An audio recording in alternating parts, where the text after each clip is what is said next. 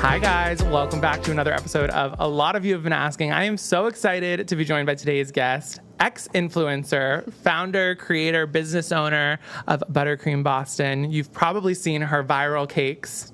You've definitely heard her viral takes on all things dating, life, small business ownership, ex-influencing. I'm so excited to chat with you. Amy Wilichowski, welcome to the podcast. Thanks for having me. Thank you for being here. I know we had some scheduling conflicts on my end. I'm apologetic. I'm so sorry. Okay. Totally fine. It's kind of a shit show run by the seat of your pants type situation over here. That is okay. So I'm glad you're flexible. We were just talking. We've known each other for years. Yeah. Wait, I actually want to know. I know Hayden because I was at high school parties and then you were just there. No, sorry. I was just like the creepy old man, like sitting in the corner. I remember you being the funny gay guy at the parties. Well, so I have one of my best friends from college is from your hometown. Yes. And so I definitely crashed a high school party or two that you were at. What town are you from? So I'm from Medfield. How did you know Erica? Because we went to UMass together. We met at UMass. Oh. And then you're from her town, from Westboro. So you were in college already. Oh, yeah. Unfortunately. Unfortunately, that's how desperate I was. You were crashing high school parties. I was at college in the summer crashing high school parties because, like, where else could we go? Exactly. Yeah, it wasn't my finest moment, but it's okay. I remember seeing you and being like, I want to be friends with you. Yeah, and now here we are, all these years later. You're approaching. You're 29 now. Yeah. I'm in my 30s. Who would have thought back in that day we'd be here? We'd be here, surviving, living the tale, telling the tales of influencing and content and your business and all this shit. Life's a shit show. Life is a shit show. You never know where it's truly going to take you. You never know who you're going to meet at a high school party. It's such a full circle moment. Like, we met like blackout at a high school party and now we're sitting down in a podcast studio and you just came from like your suburban town. I know, right? And you're a small business owner. You're killing it. And I'm like boring now. No, you're not. I know you're not. That's why I'm so excited to talk to you. I want to talk to you first and foremost about your life as a content creator, ex-influencer. You call yourself an ex-influencer. Yes. We were just talking a little bit offline. You kind of put the brakes on influencing in general. Yes. In total. But before that, you were like killing it online. Yeah. I mean, well, I feel like you'll understand this. Influencing and social media used to be so different. Mm-hmm. Like pre-COVID. Oh my God, yeah. Like I had a blog, like a website, and I would post my recipes, and I would post like food pictures of me holding my meals by like my window. Yep. And they were like, it was just one picture. And this was before the days of TikTok. And this like one picture of my oatmeal bowl got like 7,000 likes. So random. TikTok wasn't a thing, and influencer wasn't a thing. No. It was like a food blog. And then like the pictures of yourself you would take, like, it would be like I look back and cringe on mine. In front of my like college dorm holding a donut, and it would get like 5,000 likes. And Isn't now that it's crazy? Like completely different. I know. Everything is. Honestly, maybe I just like wasn't able to keep up with all of the changes. I feel like it changed so quickly once every COVID single hit. day. I mean, I feel like it's changing every single day. Yeah. I don't know how you do it. Yeah. I give influencers so much credit because it's truly It's a shit show. I'm not going to say it's like the most demanding job in terms of time. Yeah. But like you really do have to have a thick skin. Oh, totally. I think. And not give a fuck about what people think about you. No, literally. You genuinely cannot give a fuck. The easiest part of it is the scheduling, the flexibility of it. Obviously, like the content and thinking of it is definitely like harder. Right. But I do think you also have to have a thick skin to do this job. Which it's I crazy. certainly don't. I feel that doesn't. Knowing you, it doesn't come across that way. I'm kind of fake though. Like.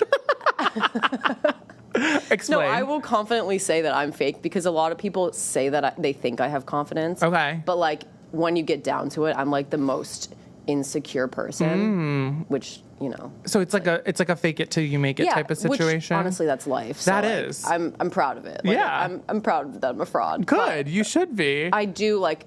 I think one of the reasons I ended up getting really burnt out is because I spent more time like wondering if my content was okay and wondering what people thought about me. Like I would scroll through like, and the thing about Instagram is it's such a double-edged like sword. Right? Yeah. Like you post a video, it goes viral, great, but then half those comments on your viral video are hate comments. Yeah. And it's hard to ignore those. I think it's hard for anyone to ignore those, but like if someone gives me negative feedback, I don't take it well. And I like turn inward and I'm like, oh, there's something wrong with me. Well, I always say too, like, we're not meant as humans to get this much feedback as we do as social media creators. I mean, at work, you get like your performance reviews on like an annual basis, and even those are like hard to swallow. I know. But when you're getting it every single day, it's a little, it breaks like you a down. Constant feedback loop, and it's hard because I feel like it's just like overstimulation all the time. Yeah. So, I mean. So you decided to say, like, because you were working with brands, you had a full business as a content creator. The money was great too. There's a lot of money in it. So like I wasn't even that. Like I had deals. Like I was doing well financially. Making a consistent income, But like for me, I couldn't justify the hit it was taking on my mental health. Like I was attached to my phone. I couldn't go out on the weekends without feeling like I had to be filming for content. Yeah. And being on the other side of that and watching other people, you know, ask me to take their photos or be constantly on their phone. I'm like, was I like that? Yeah. So I'm like, we are. Like, we are, yeah. It was hard. Yeah. So I just got to a point where I was like, I've always had this dream since I was in the 7th grade of having my own cafe. And the Instagram started as a place where I could share my recipes that I want to have on the menu of that cafe one day. And I got to a point where I was like, I feel like, you know, people love my recipes, people are following me, but like, I've made all the recipes I want to make. Yeah. At some point, I was like, I need to actually do something in my real life to like bridge the gap between this like platform I have where I'm like creating my dream online. But you're not like, living it in real life. I don't have the cafe yet. So I was like, I felt like I wasn't making progress toward that. That was a whole other side of it. Because I'm 29 now, you know. Yeah. I'm old. No. I was though, like, you know, we put ourselves on these arbitrary like timelines that don't actually exist. So I just got to this point where I felt like I was wasting time. And like that's a shitty feeling. I was waking up, I was anxious. I was like, okay, well, I need to create a new recipe today because I've already created that one and that one and that one. Yeah. There's only so much you can do. And I was specifically in food blogging and like food recipe creation. Yeah. And like at some point it just gets to like a time where everyone is copying everyone. And it's like, hard too because like I feel like you have a passion for food. Yes. And for so you're when it becomes your work to create these recipes, you kind of lose the passion for it in a way. And so like taking a step back and refocusing your energy into like refinding that passion is probably like a really good feeling and what led you to like where you are now. Yes. Yeah. And it was the best decision I've made. Yeah. And I'll say that forever. Like I just wasn't made for influencing, and I've had this tangible dream where I want to be like slinging coffees in a cafe. Like I want to be doing like the manual hustle labor. I love like working. Yeah. Which is a weird thing. And there's not much manual labor in trash. I want to take it out. There's no manual labor in creating content besides just holding your phone. I know. So that's the other thing too, is like I was just filming all day long. And, like you film and then it takes like 2 hours to put together a video. Yeah. And I'm sure you've like kind of mastered it, but I was like no. clipping together like, especially like with food now, like the clips are so short. I was sitting at my phone for 2 hours filming clipping together a 10-second video of me hoping that it does well. And it's hoping it does well and it doesn't. And you're like, well, should I do something different? And it's just, again, it's that overstimulation. It's hard to like really get back to like, why am I doing this? Yeah. What content do I want to make and how do I want to make it?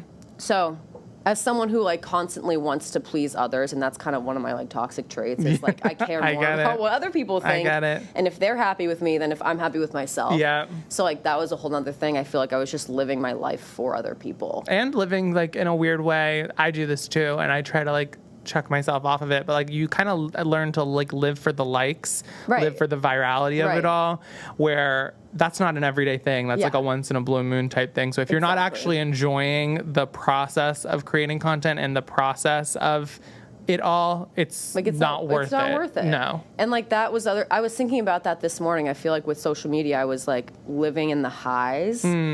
And then like, which made the lows and the in-between feel like bad days, if that makes sense. Yeah. Like if I just had a normal day, it felt like, okay, something's off because I'm not getting thousands of likes on a video.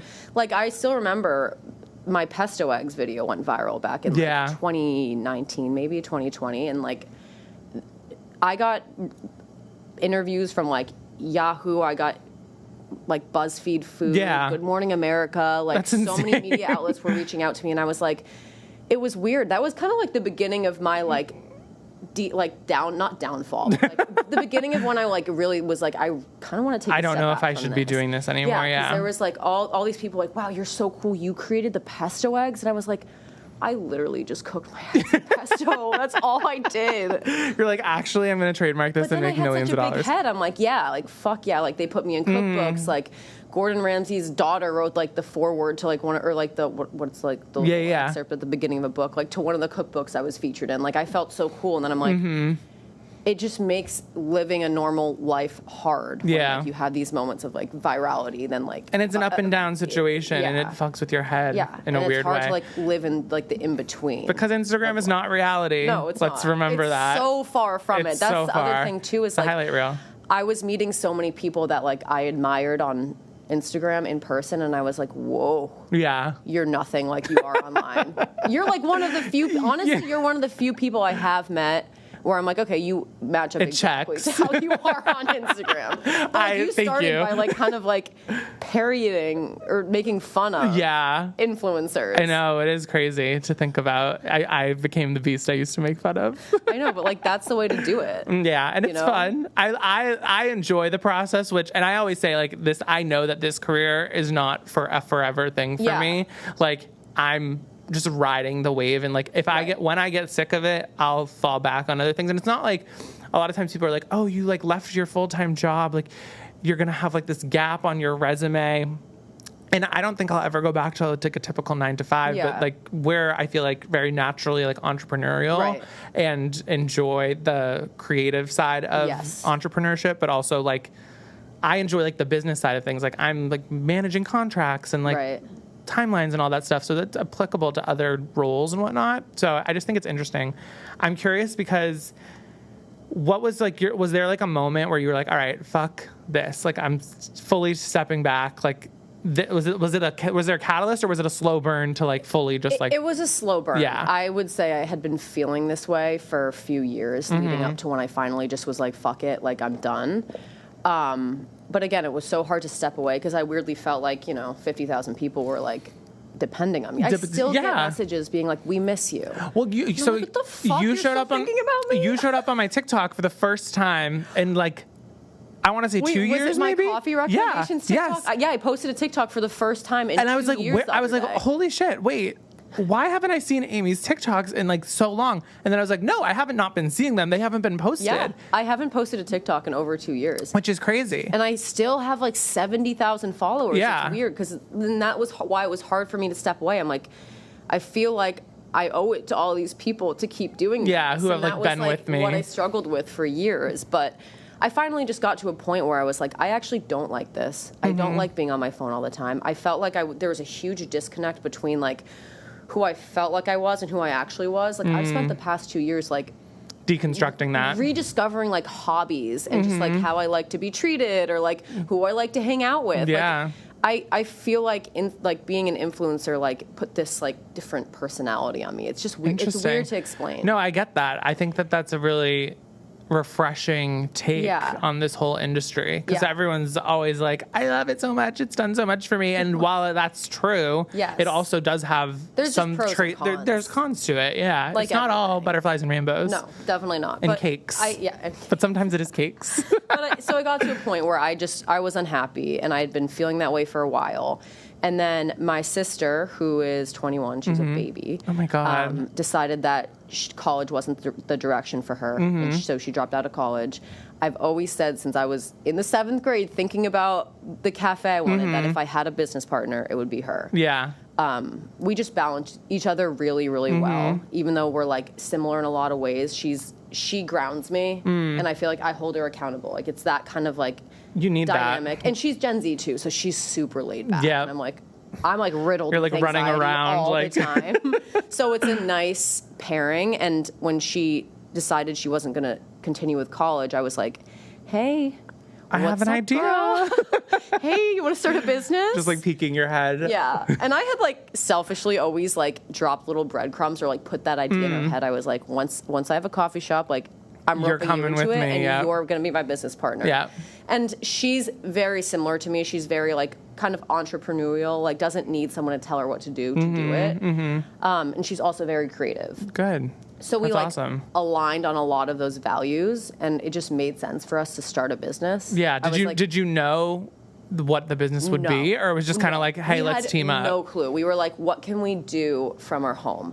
Because we didn't have, $500,000 to pour into a brick and mortar. Yeah, or an office space or anything like that. So we were like, with the little money we do have, how can we start a business with like very few startup costs that we think will do well? And we knew we wanted to do something dessert focused. That summer I had been making a lot of like Pinterest cakes. Yeah.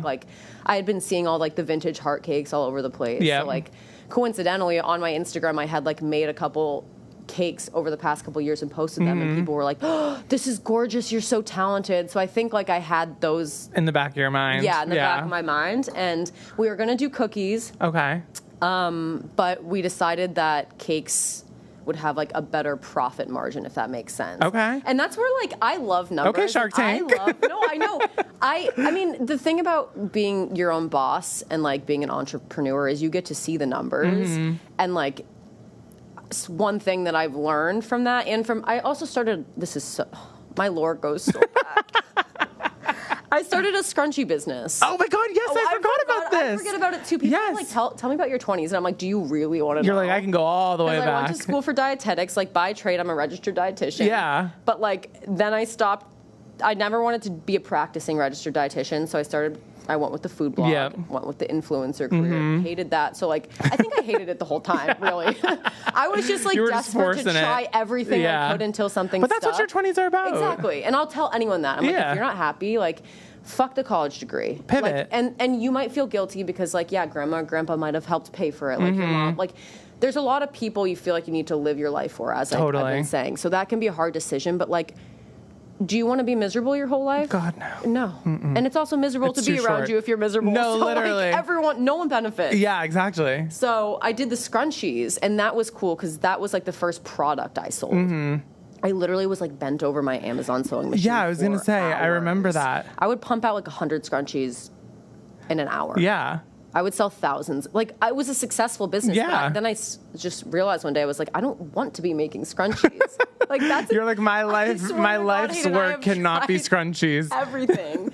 But you learned a lot from that. I learned all these like numbers, and I thought it was really cool, like selling a product and looking at like profit margins and like making it make sense numbers wise. Yeah. So like I went into this cake business kind of with like I don't want to call it a finance background. Yeah, but like a knowledge. I knew about it, and I thought it was really cool, and like I love math. Like that was my best subject in Can't school. relate. I'm so good at math. I'm so bad at math. That's like my party trick. Oh my God. I could do like my times tables. My party trick is like not knowing math. Wait, what is your party trick? My sister asked me this the other day, and then she listed like 10 of her own, and I was like, I actually don't have I used to be like, I'm surprised I didn't do this back when I crashed your high school parties, but like high kicks used to be my thing.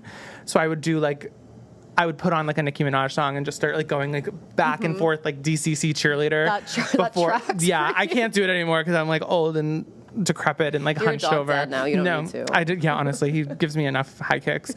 But that was my party trick. Oh my God. Anyway, where was I going with that? Oh, I learned about finances. Yes. So we went into it. I went into it like being like, what makes sense here? Like, we're not going to pump out thousands of cookies from my 200 square foot apartment. Yeah. That's not going to happen. So we started with vintage cakes because they were trendy, because you can sell them for like a decent amount of money. And because I love doing them. I actually tried to start a cake decorating business with The lore really goes all the way back. Seriously, I tried to start a cake decorating business in high school with my ex's sister. That's so But then me and my ex interesting. broke up, so then it was like the business failed. So I've always really liked cake decorating as a hobby. So it kind of started from there. I liked it. It made sense. There was a market for it. And then it just like grew. And then it was born. And then it was born. And then we were making cakes. And then it we were starts looking going at YouTube viral. tutorials. And then we had some posts go viral. And then now we make 150 cakes a month. That's insane. It's nuts. What is that like? Like, It's first of all, fucking fun. Running a business with your sister, it's not all butterflies and rainbows either, I'm so funny sure. you say that. We had our first like heart to heart yesterday. I was like sobbing in the car. And she's like, she doesn't cry, so I'm just like crying. She's like, calm down. I'm like, I will. Oh my God, that's so funny because she's the younger one too. Yes. So that's like the ironic thing about our relationship. You'd think I'd be like the chill, like grounding older sister that has all this life experience, and I'm like, no, I'm so I'm just sorry. an empath. Yeah. So like the conversation started, I immediately started crying. And Of course. Like, God, chill. And I'm like, come on, don't put your emotions. Unk. That's so Gen Z of her. Oh my God, I love that. But yes, it is wonderful owning a business with my sister, but it's also really hard. Yeah. Because we have to separate our friendship as sisters and our business partner relationship, which has been really hard for us, especially over the past couple of months. Yeah. And so yesterday we had our first like open, honest communication conversation about it. What is it like on the rest of your family? Because I know are you one of 4? I'm one of 4. Yeah. So I have another sister who is turning 26 this month. So she's 3 years younger than me. She works for Northeastern and does like admin-esque work. She also like doesn't really like hands-on, like tactile, like motor skill related jobs. Same. But I always like say like once we expand, like we would love to hire her as like an admin employee. Yeah. And then I have an older brother who lives with his wife in Watertown with their dog. Okay. And he's an engineer. Do they and like? He just has his like shit together. I'm like, do they like? Get involved in the business They don't. stuff? Like if you guys are fighting about business things, they're not like throwing their hat in the ring or like trying to play referee. We actually don't fight about any, like we don't have heated arguments about the business. We're usually on the same page about things. That's good. And actually like one of the things we did talk about yesterday was like we do need to kind of like fight more because I think we both like had some things we were annoyed with and like we swept it under the rug and we let it go. Like your classic like passive aggressive like communication style. Totally. Where, like you're scared to confront problems. Yep. So when we hang out with our family, like it's chill. Like we don't really even talk that much about the business. Good. I actually don't like talking about it because I'm like, I don't want to bore you all. Job. Like it's the same old. Yeah. Like, and I don't know, but our family's super supportive about it. My parents are always trying to help. And that's nice. So you guys now are doing Buttercream full time. Yes. Out of your apartment? We're doing it out of our apartment. We're currently looking for a brick and mortar space. Okay. We actually had a space that we signed a lease on in the South End, but it fell through because Boston permitting is really fucking frustrating. Commercial kitchen. I've learned so much though, but like there's this building in Boston where you essentially go for all of your like permitting, zoning, and I'm board sure of they health, are inspections, and they crazy. are no help. And it's funny because you walk in and it's a bunch of like, I don't want to generalize. Yeah. It's like I love Boston, but like you walk into the building and it's like a lot of old men in cubicles. And I'm like, and they look at you as like a young woman and they like judge you. Yeah. And you feel like you don't belong. And it's really fucking frustrating. Infuriating. Oh, I can only imagine. So I've had many a trips to that building in the past handful of months about these permits and all this stuff. And it's like pulling teeth. So the lease ended up falling through because we couldn't get the space zoned for food, like for the cafe. Okay. So we're looking for a new space. So you're looking to, the space you're going to build is going to be Buttercream, but also hopefully potentially a coffee shop. Yes. Oh, I can't wait. So you have the best coffee recommendation, so I know it's going to be good. I love coffee so much. I love it so much. I'm sitting here as I drink my Dunkin'. No, I actually got Dunkin'. Are you not a Dunkin' fan? So Dunkin' for me is like nostalgia. Okay. Like if I'm super hungover or if I'm like, I can't even explain this, but if I'm like driving back from a hike in the White Mountains, like I'm stopping at Dunkin' Donuts. That's so random. It's random nostalgia from like my high school, like my childhood. Yeah. Like we were driving back, I went to Acadia, Maine this past weekend. We were driving back on Sunday and I woke up and I said, we're going to Dunkin' Donuts today. You're like, that is on my mission list. If anyone tries to say no, I'm not coming. It'll be war. Even though it wasn't my car. Like, I wasn't even driving. It was my friend's You're like, car, we are hitting the Dunkies drive-thru or I will end you all. I got my iced caramel swirl. I also had the audacity to ask them if they had pumpkin swirl. Oh, it's too early for that. Yeah, I actually know of a secret spot in Southie that has it, but I can't tell. Because it's going to get overrun. Secret. Okay. Well, you tell me too much. Well, you'll tell me afterwards. I'll tell you after. Yeah, and then I'll post it. No, I'm kidding. I love pumpkin spice. Okay, you're basic, just like me. Listen, there is a reason why basic things are so popular. It's true. Because they're good. It's very true. I'll stand by that. I'll stand on that. I'm all for that. I'm the most basic bitch you could ever meet. You got an iced caramel swirl? Iced caramel swirl. I get decaf because I can't drink caffeine. I can't actually, know. surprisingly, I can't really drink caffeine either. People think I have like a coffee every day. And I'm either matcha or decaf. Interesting. Wait, does matcha not have caffeine? It does, but it's a bunch releases less into your bloodstreams more slowly. Oh, this is like the education. This is the here we go. So as opposed to like coffee is like up and down. So it's like that spike and then that like decline in energy, like sugar crash or like caffeine crash.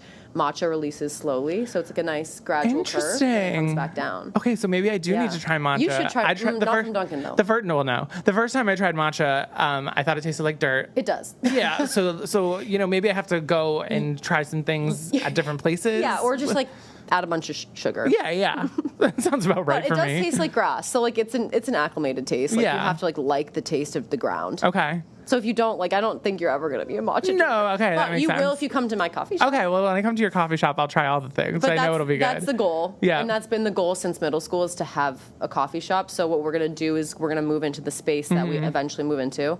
We are going to do the cake business just because we already have it. And, like, we're going to save a little bit more money, and then we'll flip it into a coffee shop. Wow. Or we might just say, fuck it, send it, and just open a coffee shop. Yeah.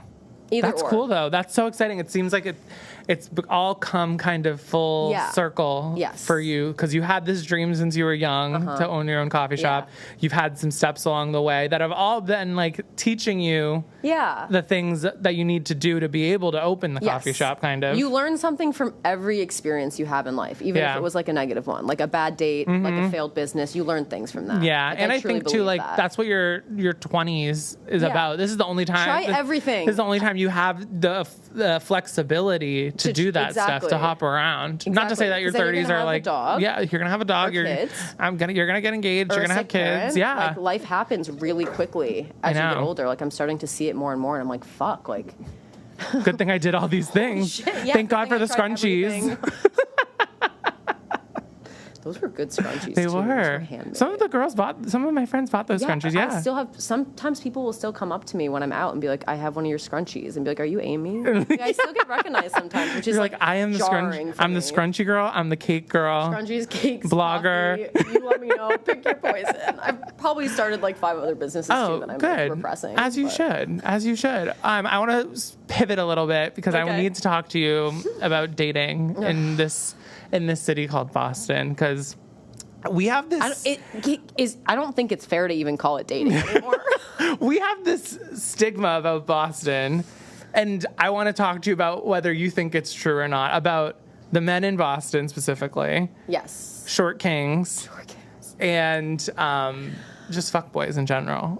What is it like dating in Boston right now? So I don't know if it's a Boston thing.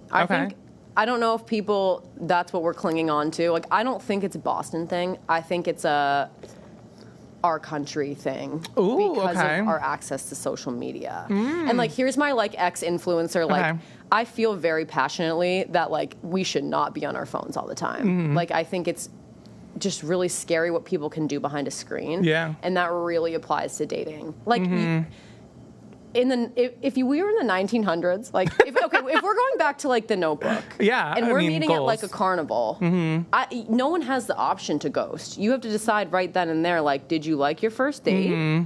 Like, and you have to make a plan then. You have to talk in person. Yeah. You have to decide if you want to see each other again, and then you show up to the plans, or you just don't see each other again. Yeah. Like, it wasn't really a thing to have this like on and off like situationships and to like be texting and to have instant access and to have the ability to stalk. Like, no one should have instant access to someone else. No. Like, I'm not a texter, like, and I don't like texting the person I'm dating either. Like, I've dated guys that will text me all day, every day, and I'm like, what are we going to talk about when we go on our next date? Yeah, 100%. You already asked me all these questions over text when I'm, like, trying to work. Well, that's what I always tell my friends, too, like, because they'll be on the apps, and they'll be on, like, Hinge or Tinder or Bumble, whatever it is, and these guys are, like, sending them, like, paragraphs and paragraphs, and I'm like, you need to stop answering, you need to, like, set a date. Yeah, just talk ask. about all this on the date. Like, that's what you've realized that you have a physical attraction to each other. Right.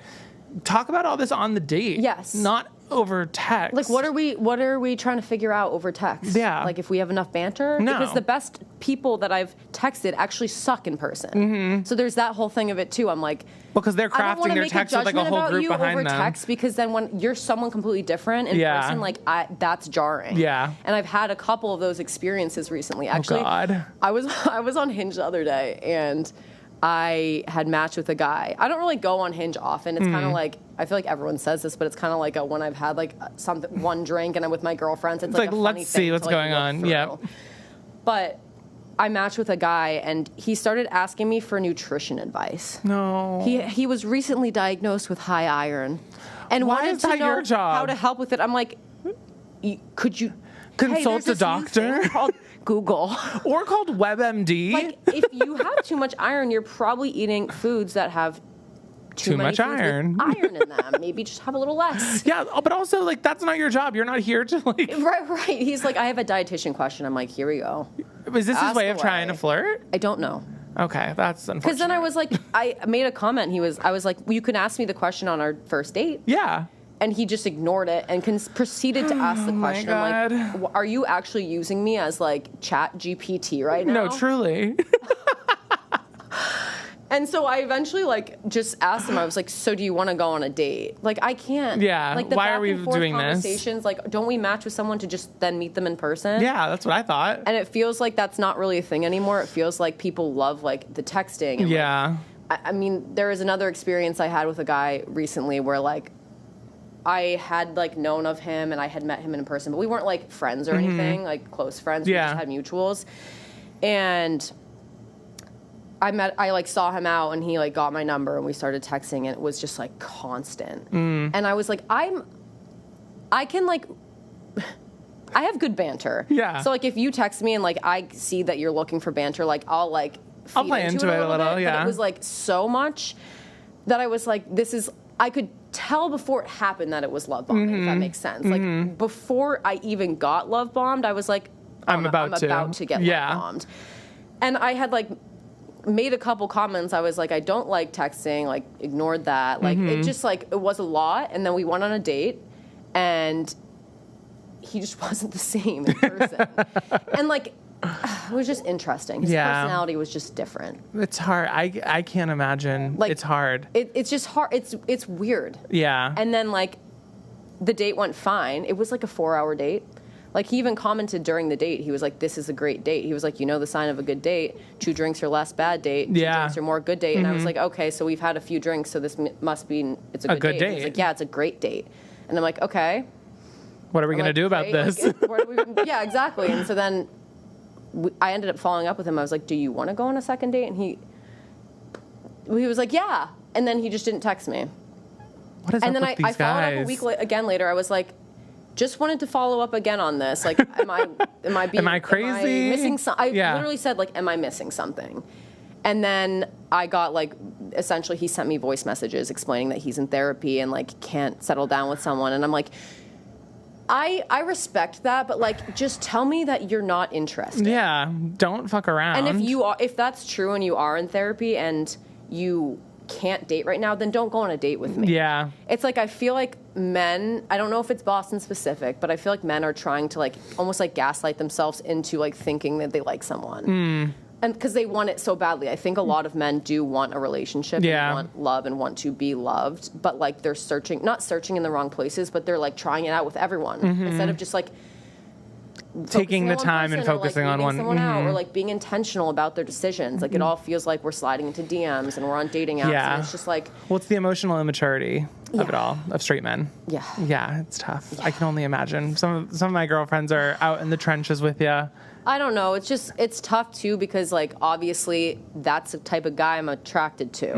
At the end of the day, like I love like an emotionally unstable guy, because I'm like the classic, like I can fix him. Yeah, right. And I think a lot of women do that, and then when they realize they can't, and they're no different than the previous girl, it's like the end of the world. Yeah. And it feels like those guys, like ending things with them or like it not working out can feel like awful. It's just. Do you have any positive dating stories that have happened recently? Or has it all been a shit show?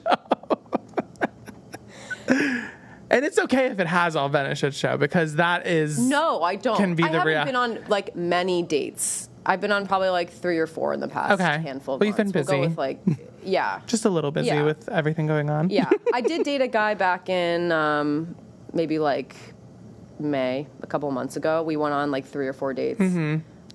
He was younger. He was from Ireland too. How do you feel about dating younger guys? The emotional maturity just isn't there unless like they're not from the country. Okay. And that's why I was like, okay, I'll do this. I'll date an expat. He's from Ireland. So Okay. like I genuinely feel like men in our country specifically, like their brains are fried or something. And I don't the know. accent. Like, the a couple accent of my helps. friends she like only dates foreign men. Interesting. And she loves it because she says they just like have a better way of dealing with their women. priorities straight. Yeah, they know how to date. They know how to communicate. So I'm like, maybe I should dip in. Interesting. Okay. But he was substantially younger. He was 24. All right. And we had met in person, so like I didn't know that. Mm-hmm. And yeah, I just got to a point. We went on like 3 or 4 dates. He was great though. Like we had fun. Yeah. I just like wasn't feeling as strongly Yeah. as like I felt like I should have. Mm-hmm. But it did give me the reassurance that there are good guys out there. Yeah. Just gotta find your match. Yeah, I think like You will. unfortunately again like we live in a world where there's so many options and there's so much like stimulation from like apps and from social media that like Yeah, like it there are can people at your fingertips at all times. right. And I think that just makes it feel more overwhelming and feel like you're having like less luck, but like in reality I think we just live in more of a world where you can like date basically anyone. Yeah. And you don't even know if you're like attracted to them. Like it used to be like you had to meet someone or like you were friends with them before you dated them. I feel like there's just less of that. Yeah, there is. So like naturally, but it still happens. It still happens naturally. I met my fiance out at a bar. Yeah, It happens. I like used to say like, no, fuck it, like you're not going to meet the love of your life at a bar, but actually I've now like flipped that, and I'm like, actually you will. Like if, taking you're at a yourself bar out and like sitting at a bar and like Yeah. having a drink, like that's when most Exactly. people. There's a difference between being blackout at like Loco Lounge and having like a drink at a bar you actually really like and like the people there, Yeah. and, like, the community there. So I'm like I don't want to meet the person I'm going to marry on a dating app. I'm like, I respect that. I get that. I feel like a lot of people feel that way, but there also are people that have met. Yes. So it's like you got to give and take. There are some great things. people out there. You just have to sift through more of the bad ones these days. It's like another full Because you time have job. more access to people. Yeah. So like if you have a bigger group of people, there's going to be more bad people in there than if you had a smaller group. That's just It's a lot like it's a lot like We're just looking your at this it's a lot with like your math at content this too. point. I'm It's like- all about math. It all goes it's back all to about math. the statistics. Like that's the only way. It's the same. It's the same way that when a post goes viral, you have all the negative people, you have all the positive people. Like, it all if you comes think back. about it, Yeah, it really you just, is. Like you're on all these platforms now. Whether it's like if you're on Tinder, you're on Hinge, you go out to bars, like you have friends. Like you have access to more people. Yeah. So of course it feels like you're having more bad luck because you are. Yeah. But like you can also By the have number good of luck. statistics. By statistics. No, I'm like sitting here trying to like convince myself to keep dating. I'm like, keep going. No, you got do this, have to girl. power through, or you don't. Honestly, I you know. can just I mean, say fuck it. I And, also, let it come to you. Yeah, and I think dating also should be like really low stakes, and I think that's like the way I Don't put too much pressure on It's just a yourself. conversation, you know. Like it doesn't need to be like this thing that like there's so much riding on. Yeah.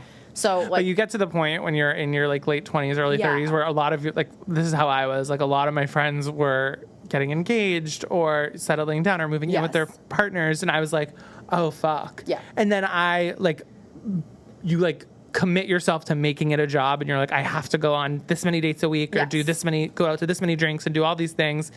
And then when you're least looking for it, and it's the corniest fucking thing in the is. world, but like when you're least looking for it, it does happen. Like But the it's why universe, the basic universe has your back. Exactly. Hopefully. it's why basic things are good. Like all the cliches, they're true. Yeah. They're cliches for a reason. Yeah, pumpkin spice. And Wait, how pumpkin did spice you of it all. and meet? What bar? We met at Flight Club in the Seaport. Were you playing darts or were you just at the bar? There? Unfortunately, I was playing darts, which is Who came another up to who? another added layer. So it actually like we had mutual friends. Okay. My best friend was throwing a birthday party for her then boyfriend, now fiance. Okay. And Aaron is friends of friends with his friends, so he Right. came like through another person and ended up showing up, and he bought me a drink, and I was like, sold. Did you feel that way? Yeah, the very like I first was literally night? like sold. That makes me so like happy. easy peasy. We went to Yeah. Lucky's after. We had like a quick dance floor my makeout, and then it was like Lounge. the date started from there. On our first date, we literally were sitting at what was it called? I think Juliet Wine Bar. Do you know that place in Fenway? Fenway, yes, I've been there, yeah. We went there, and on the date, we were like. I was like, I just saw on my Uber here that Allie and AJ are performing in Boston next week. You went to an Allie and AJ? And he bought tickets on like literally 10 minutes into the date. It's been together ever since. I've been listening. It all comes back to Allie and AJ. I've been listening to, I mean, I'm sure, I know you have seen this because I saw your story yesterday. Demi and Joe's performance on fucking Oh repeat. my God. I would have paid, how much would you have paid to have been there? $10,000. I would have paid 20. Yeah. Easy. Like Easy. 100%. 100%. There's no... I would have given away my business. I was saying I would have sawed off my fucking thumb to have just been in the audience. Like, the people that were there don't know how lucky they were. That's As like somebody who is like a pure millennial, like Disney Channel child, Oh, God. I would have given You know a what's lot. crazy? Literally 2 weeks before, my friends and I were having one of those nights where you like play all the Disney Channel of songs. course, And of as you course, should. like that song was in there. You're like, jamming all out of to the it. Camp Rock songs. We also played Send It On. Oh my God. Which I've been seeing TikToks. People are That like, song ended we need global like a collab warming. with everyone. Send It On ended global warming, don't you know? All the charities connected to these like iconic performances. No, seriously. It's an incredible moment. Honestly, I'm so glad you brought that up because I want to do like some like pop culture hot takes with you. Okay. Are you a reality TV person? I'm not, but I watched Love Island and I have a lot of thoughts US or about UK it. or both? US. Okay. What are your thoughts I've on Love watched Island? UK. I watched Tommy and Molly's Yep, season. that is like if somebody has a foray into Love Island, I tell them to watch Love Island UK season 5. It is the Also best season piece 3 of and content. 4. Yes, Like I back when they loved could still drink. Kem and the boys. Kem and Chris. Also, JoJo Siwa is dating Chris. What the I know. There's a lot of things going on constantly. It's chaos. I'm not a reality TV show girly, but Okay. I've watched Love Island. Right, That's what like kind of my makes one. sense with the way you talk about like social media and stuff that Yeah. like you wouldn't necessarily be like up to date on like what's going on Real Housewives. I'm like pretty like I live under a rock. I tell my well, I mean she tells me actually. Yeah. She's like you actually. She's like, so you don't know. clueless?" Honestly, that's a really nice way to live though. Patrick Star had a great life. Honestly, I like it. Yeah. What's next for you? What's going on personally, professionally, besides the cafe, which will be coming soon? I know it will be. I don't really have anything that's like next aside from the like finding a spot for the cafe. Yeah. Like that's what I want to focus on right now because if I focus on too many things, I'll start another business. Gotta bring back this scrunchies. No, bring them back. I'm telling you, people are gonna listen to this and they're gonna like DM you, being like, "So, like, what are these scrunchies looking like?" I'm gonna get a picture from Amy to like post on her Instagram and show it. Like, People still have them. It's crazy. Other than that, we have a really fun pop-up coming up at Cannonball Cafe. Have you Okay. been to Cannonball No, in Southie? I haven't. Oh my God, it's such a cute cafe. okay, I'll have to go. You should go because I feel like you'd really like their like specialty lattes. They have like Yeah, all the syrups. I'm a Owner sweet Rachel's girl. Mm-hmm. Great. She went to culinary school, so she like knows about flavor combining. Is that next to that new place? It's next to Park City. Yes. Okay, that's what I was gonna say. So it's right in that like same parking lot area. Yeah. Park City's so fun. I've never been. Also, I went for my birthday. They have this drink on the menu called the Dragon Glow. Okay, It's I'm like already signed up. neon pink. Love. And I. What else could you want in me and life? My friends had like 100 100 of them? I missed that about if city anyone's nights. ever been personally victimized Yeah, by the right. Dragon Glow at Park City, let me know. But yeah, so we have a pop-up with Cannonball in September. We're going to do a bunch of like fall cake slices. And we're going fun. to do a latte collab with her. I love that. So it's going to be like a pumpkin spice latte with the cream cheese cold foam. I'm so excited. That sounds yeah, so right we have up like my alley. we have more events that we're doing which we love. But like the main thing is we're looking for a space. Oh my God, And then that's I guess so I'll just exciting. like keep dating in my personal life. Yeah. Keep throwing yourself out there to the Throwing wolves. myself out there, seriously.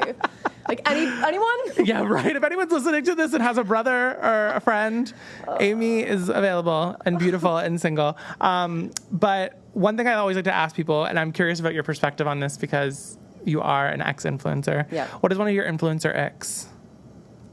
You see somebody doing something. Okay, wait, this also kind of applies to dating. Okay, I love Not it. really. I actually posted a story the other day and I was like, stay away from influencers who post running vlogs. 0.5 zoom specifically. Like if you're taking a running vlog, it's like mile 1. Yeah, right. Mile 2. Yeah. Stay away from those Couldn't be people. me. That's an ick for me. I couldn't even run a mile, Like, let alone you know film you're myself. out of breath. Like don't pretend. No. Don't be like mile 1. Mile you- 28. Do you think that they are actually running those miles though? I do, but then I think they're also like pausing a lot to film. Yeah, like You how are can't they not out of breath by mile 26? I know you're not getting all of those on perfect take, so I know like your run is just super distracted. Yeah, and, like, seriously. Not an actual run. That's a good ick. That's one of my icks. That's a good 0.5 ick. Zoom I running like vlogs. that. It's like kind of similar to dating when it's like don't date the guy who on Hinge has like Yeah. gym selfies in the mirror. Yes. Like don't do that. Yeah, but and I don't do think the that's running like vlogs. the new and improved like wellness version of the gym selfies.